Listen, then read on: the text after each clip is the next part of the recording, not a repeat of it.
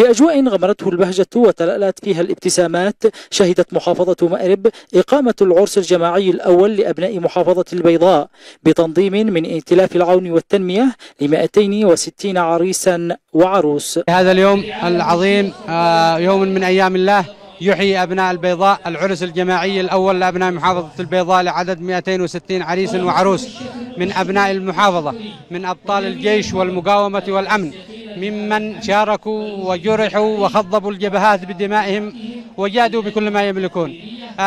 هذه الفعالية تعتبر الأولى في محافظة البيضاء، وهي إرساء لمبادئ وقيم التعاون والتعاضد فيما بين أبناء المحافظة. وسط أجواء احتفالية بدت السعادة واضحة على وجوه العرسان وأسرهم، وهم يرون أحلامهم تزف بخطوات واثقة نحو بدايات حياة جديدة. أشارك هذه الفرحة البيضانية، بل الفرحة اليمنية لهؤلاء الأبطال، وهم اليوم يكملون نصف دينهم بعد أن قاموا بفريضة الواجب المقدس للدفاع عن الوطن.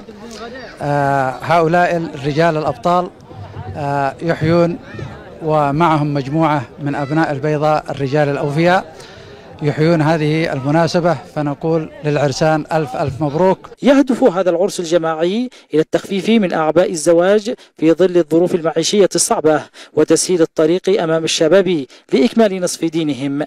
الحمد لله الذي بنعمة تتم الصالحات.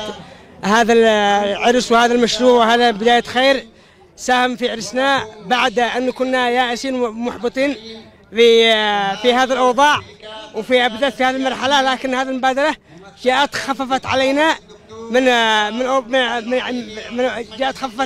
من غلاء المهور. يوم استثنائي حمل معه رسالة أمل بأن الأفراح قادرة على أن تزهر حتى في أحلك الظروف، وأن روح التعاون يمكن أن تصنع لحظات لا تنسى في حياة الناس.